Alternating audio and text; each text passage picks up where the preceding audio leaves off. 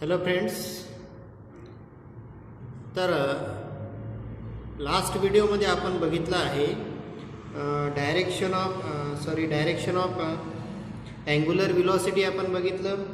नंतर uniform circular motion आपण बघितलं आणि नंतर युनिफॉर्म सर्क्युलर मोशनमध्येच एक सब टॉपिक येतो रेडियल ॲक्सिलरेशन किंवा त्याला सेंट्रिपिटल ॲक्सिलरेशनसुद्धा म्हणतात. ते आपण लास्ट व्हिडिओ म्हणजे पार्ट 2च्या व्हिडिओमध्ये बघितलेला आहे आणि आजचा जो व्हिडिओ तो आहे पार्ट 3. ठीक आहे. Before watching this video all of you must have to see the previous part video because next video is depend on the previous video, so it is must have to see the previous video before watching this current video. Okay, so let's start today's topic, and that is direction of linear velocity and acceleration. ठीक आहे. तर आजचा आपला topic कोणता आहे? Direction of linear velocity and acceleration. Acceleration म्हणजे radial acceleration जे आपण काल बघितलेलं आहे. आपल्याला दोघांची डायरेक्शन फाइंड आउट करायची आहे. ठीक आहे. जर ऑब्जेक्ट सर्क्युलर मोशनमध्ये आहे तर लिनियर व्हेलॉसिटीची डायरेक्शन कशी राहील आणि रेडियल ॲक्सिलरेशनची डायरेक्शन कशी राहील. ठीक आहे. तर बघा,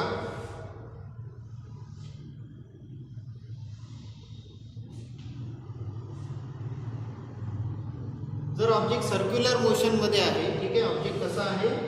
सर्क्युलर मोशनमध्ये, म्हणजे ऑब्जेक्ट सर्क्युलर मोशनमध्ये काय करत आहे? ट्रॅव्हल करत आहे, सर्क्युलर मोशनमध्ये आहे तो. आणि जर हा ऑब्जेक्ट आहे, हा काय आहे? हा आहे ऑब्जेक्ट. तर याच्या व्हेलॉसिटीची डायरेक्शन कुठे राहील? तर ऑब्जेक्टच्या व्हेलॉसिटीची डायरेक्शन कशी आहे? वरती आहे. जर ऑब्जेक्ट ट्रॅव्हल करत पुढे आला आणि जर इथं आला तर याची व्हेलॉसिटीची डायरेक्शन कशी राहील? अशी राहील. जर ऑब्जेक्ट इथं आला तर याची व्हेलॉसिटीची डायरेक्शन कशी राहील? अशी राहील. ठीक आहे. तर बघा, ही व्ही म्हणजेच काय झालं? Linear velocity. व्ही म्हणजेच काय झालं? Linear velocity. तर ऑब्जेक्ट जेव्हा सर्क्युलर मोशनमध्ये फिरत असेल, सर्क्युलर मोशनमध्ये जर तो ट्रॅव्हल करत असेल तर त्याची व्हेलॉसिटीची डायरेक्शन बघा ही आहे. तर ही काय झाली?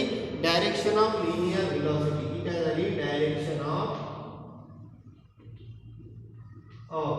linear velocity. Direction of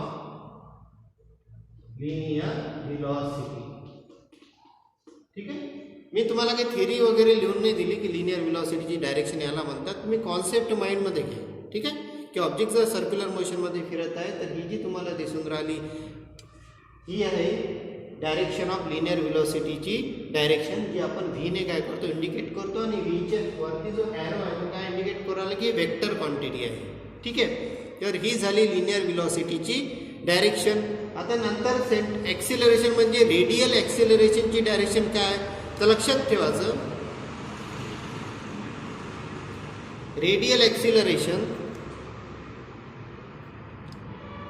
ॲक्सिलरेशनची direction ही ऑलवेज टुवर्ड द सेंटर असते. काय म्हटलं मी? ऑब्जेक्ट जर सर्क्युलर मोशनमध्ये आहे तो, ठीक आहे, तर रेडियल तर बघा, ऑब्जेक्ट जर सर्क्युलर मोशनमध्ये आहे तर रेडियल ॲक्सिलरेशन म्हणजे सेंट्रिपिटल ॲक्सिलरेशनची जी डायरेक्शन राहील ती ऑलवेज टुवर्ड द सेंटर राहील. ठीक आहे. When object in circular motion, that time the direction of the radial acceleration or the centripetal acceleration is always toward the centre of the circle. म्हणजे कसं? तर बघा,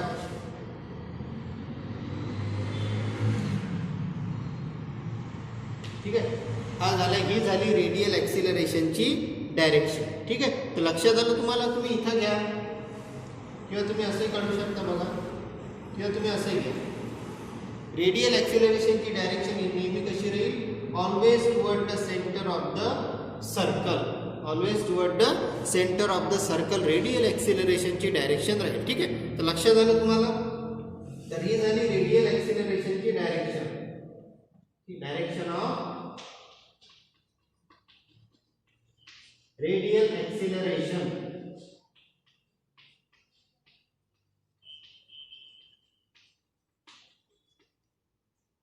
तर तर ही झाली डायरेक्शन ऑफ रेडियल ॲक्सिलरेशन.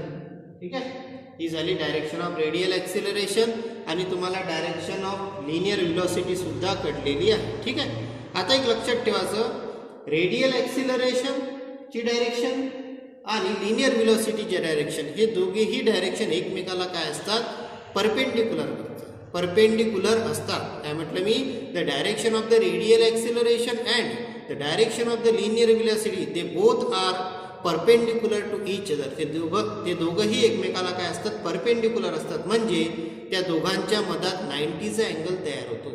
त्या दोघांच्या मधात 90चा अँगल तयार होतो. बघा इथे.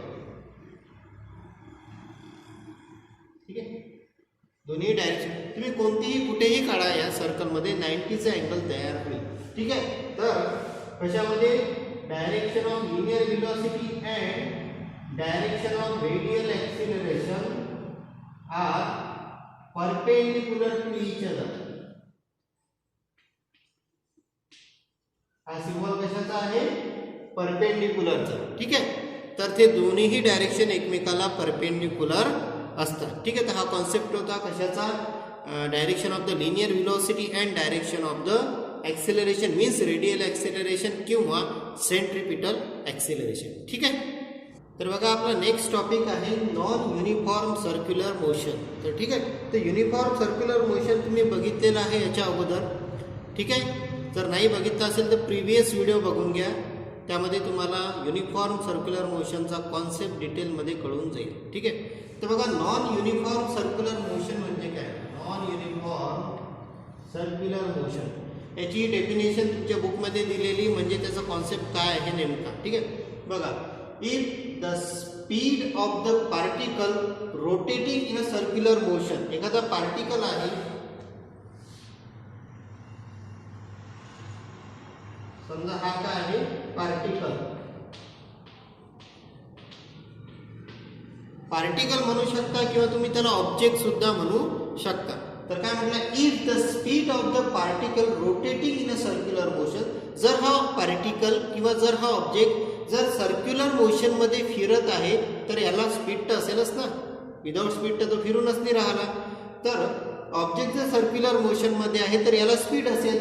तर काय म्हटलं, if the speed of the particle rotating in a circular motion is not constant,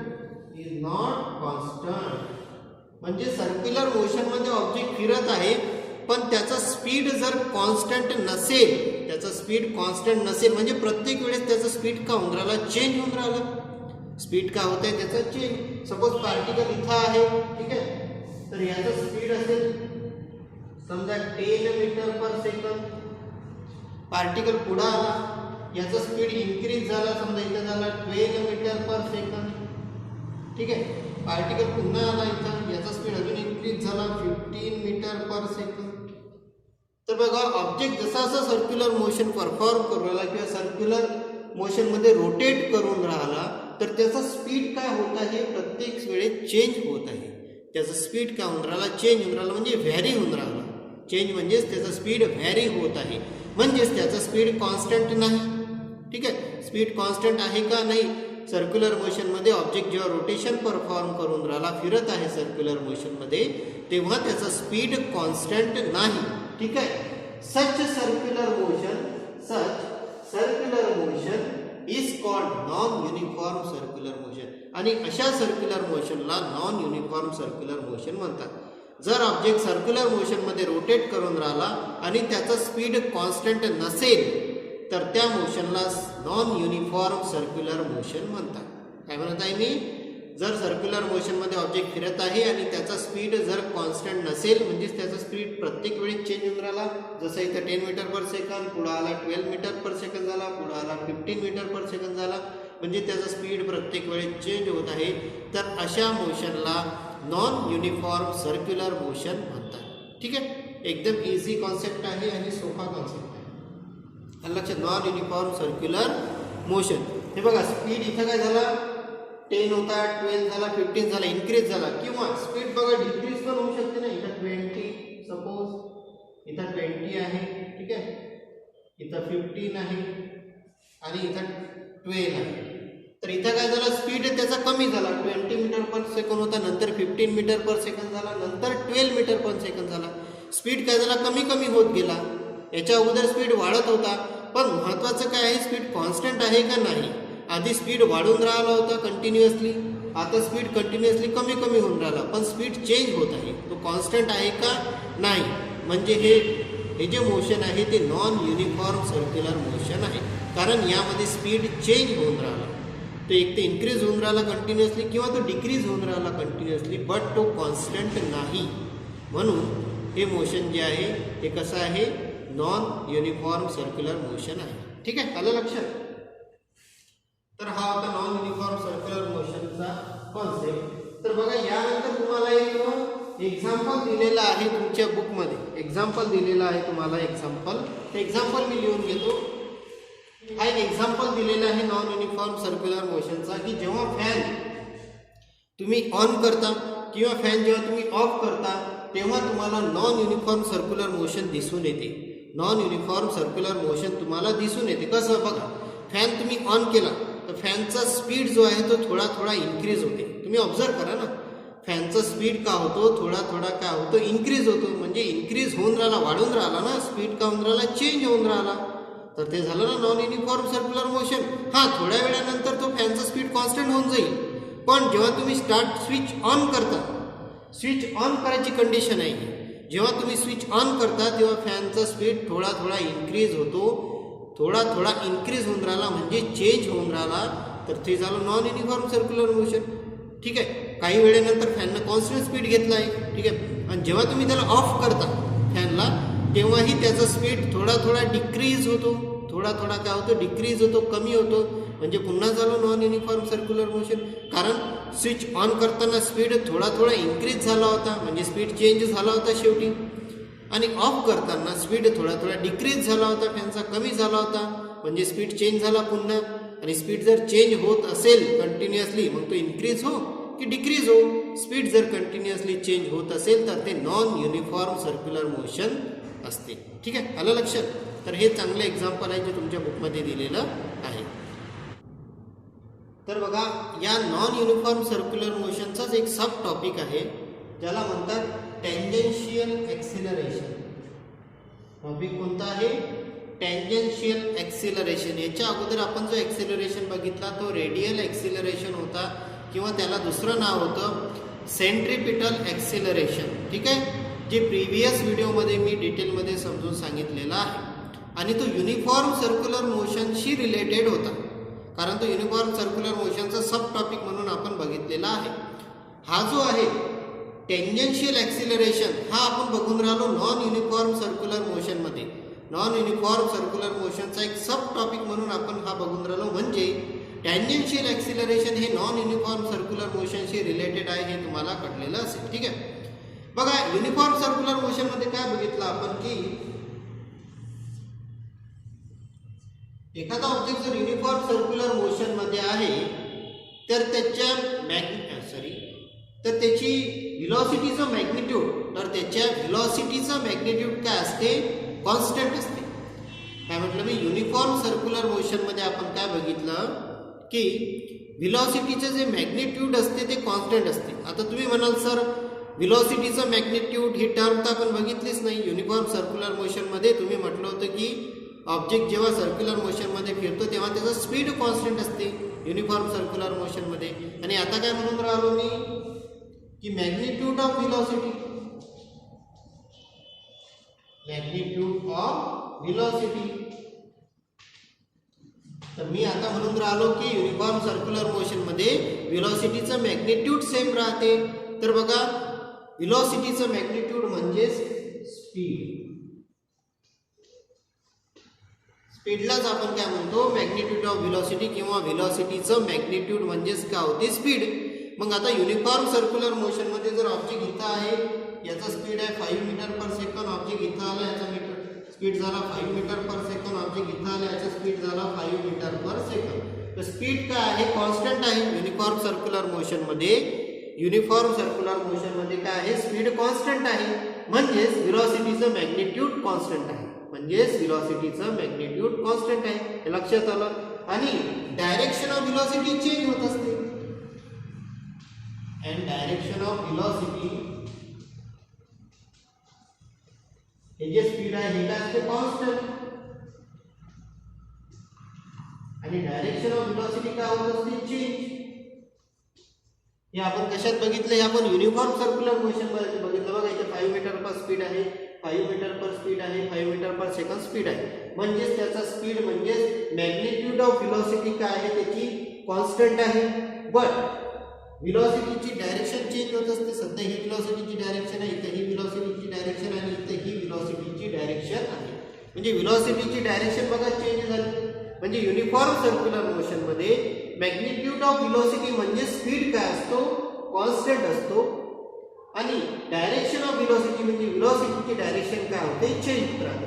हे झालं युनिफॉर्म सर्क्युलर मोशन बद्दल. ठीक आहे, मी हे का सांगितलं पुन्हा, कारण मला तुम्हाला हे सांगायचं होतं मॅग्निट्यूड ऑफ व्हेलॉसिटी म्हणजे स्पीड, आणि तो काय असतो कॉन्स्टंट असतो युनिफॉर्म सर्क्युलर मोशन मध्ये.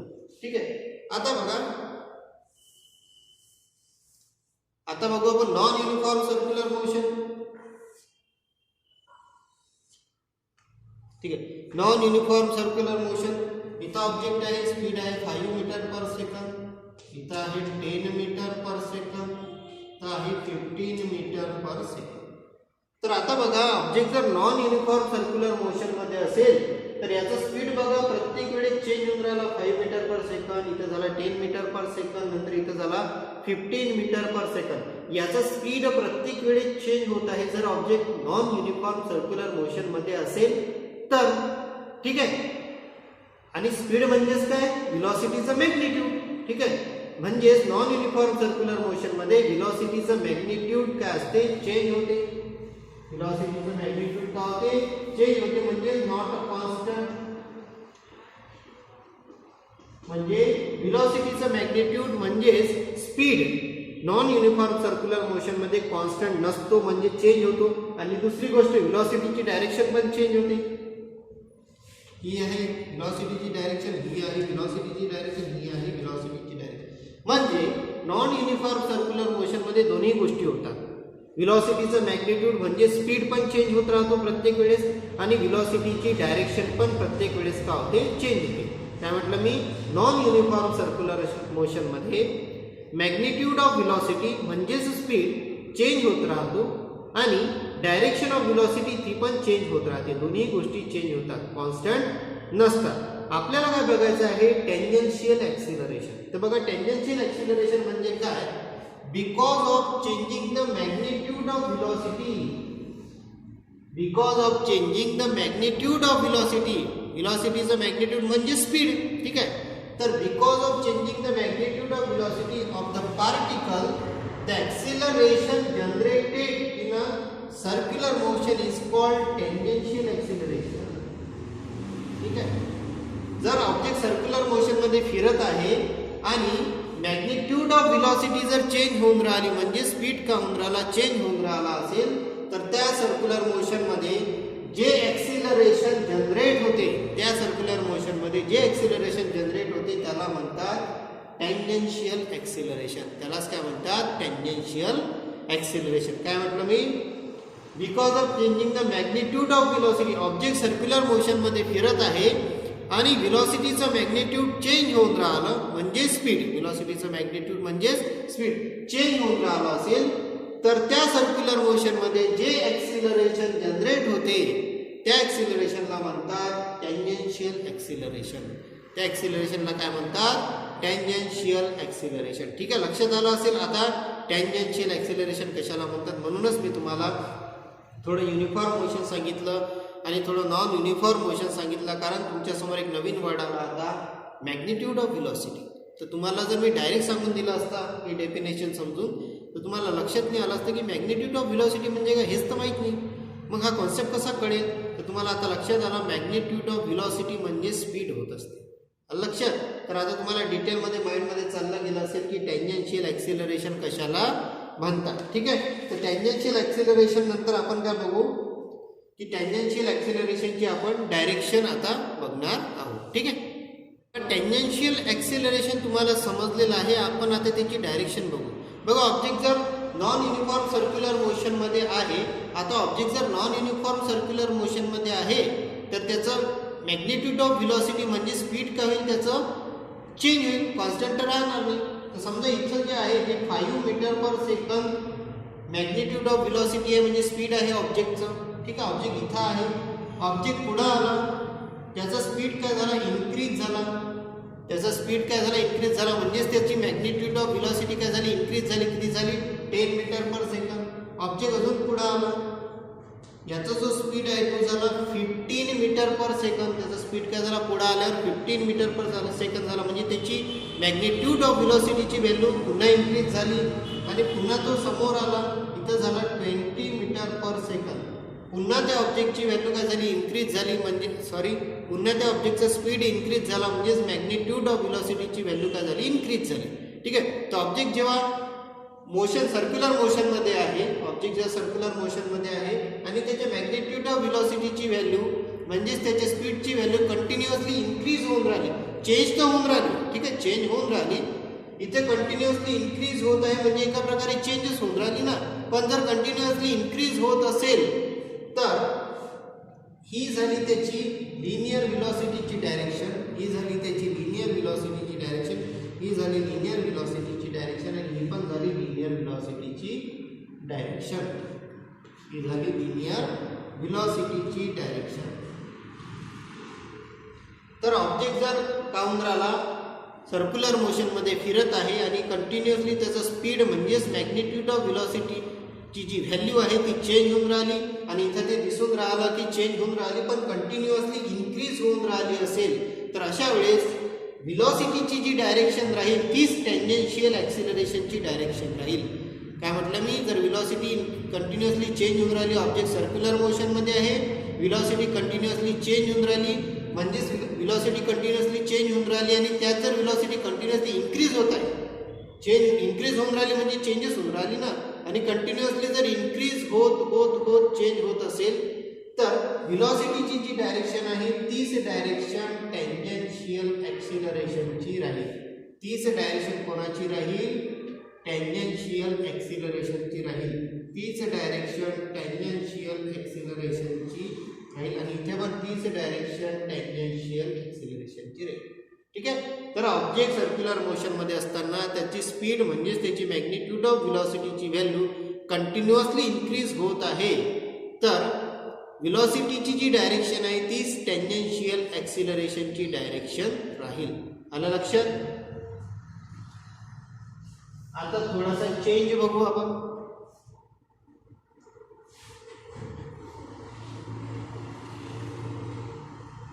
ऑब्जेक्ट सर्क्युलर मोशनमध्ये आहेच, त्याची व्हेलॉसिटीची त्याची स्पीडची व्हॅल्यू म्हणजेच मॅग्निट्यूड ऑफ व्हेलॉसिटीची व्हॅल्यू चेंज होऊन राहिली पण यावेळेस व्हॅल्यू डिक्रीज होत आहे. यावेळेस व्हॅल्यू काय होत आहे, सपोज डिक्रीज. इथं आहे 20 मीटर पर सेकंद, नंतर ऑब्जेक्ट पुढे आला, इथं झाली 15 मीटर पर सेकंद, ऑब्जेक्ट पुन्हा पुढे आला, इथं झाली 10 मीटर पर सेकंद आणि ऑब्जेक्ट पुन्हा पुढे आला, इथं झाली 5 मीटर पर सेकंद.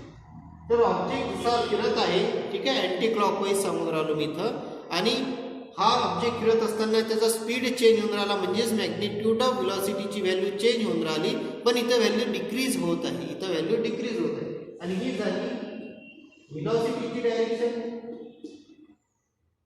ही पण झाली व्हेलॉसिटीची डायरेक्शन, ही पण झाली व्हेलॉसिटीची डायरेक्शन, ही झाली व्हेलॉसिटीची डायरेक्शन. तर व्हेलॉसिटीची डायरेक्शन तुम्हाला माहित आहे ही लिनियर व्हेलॉसिटी आहे. ठीक आहे, तर बघा ऑब्जेक्ट जेव्हा सर्क्युलर मोशनमध्ये होता, ठीक आहे, त्याचा स्पीड चेंज होऊन राहिला होता म्हणजेच मॅग्निट्यूड ऑफ व्हेलॉसिटीची व्हॅल्यू चेंज होत होती आणि कंटिन्युअसली जर इन्क्रीज होऊन राहिली तर लिनियर व्हेलॉसिटीची जी डायरेक्शन आहे तीच टेंजेन्शियल ॲक्सिलरेशनची डायरेक्शन होते, तीच टेंजेन्शियल ॲक्सिलरेशनची डायरेक्शन होती. इथं पण बघितलं, इथं पण. आता दुसऱ्या केसमध्ये आपण हे बघून राहिलो की ऑब्जेक्ट सर्क्युलर मोशनमध्येच आहे, स्पीडची व्हॅल्यू चेंज होत आहे म्हणजेच मॅग्निट्यूड ऑफ व्हेलॉसिटीची व्हॅल्यू चेंज होऊन राहिली पण इथं व्हॅल्यू कंटिन्युअसली डिक्रीज होऊन राहिली. इथं 20 मीटर पर सेकंड आहे, नंतर 15 मीटर पर सेकंड, नंतर 10 मीटर पर सेकंड, नंतर 5 मीटर पर सेकंड. चेंज तर होऊन राहिली आहे व्हॅल्यू पण कंटिन्युअसली डिक्रीज होऊन राहिली. तर अशा वेळेस टेंजेन्शियल ॲक्सिलरेशनची जी डायरेक्शन आहे ती अपोजिट राहते. ती अपोजिट राहते लिनियर व्हेलॉसिटीला. ती काय राहते अपोजिट. इथं आहे ते याच्या काय राहील अपोजिट राहील. इथं काय राहील अपोजिट साईडला राहील. इथे काय राहील अपोजिट साईडला राहील.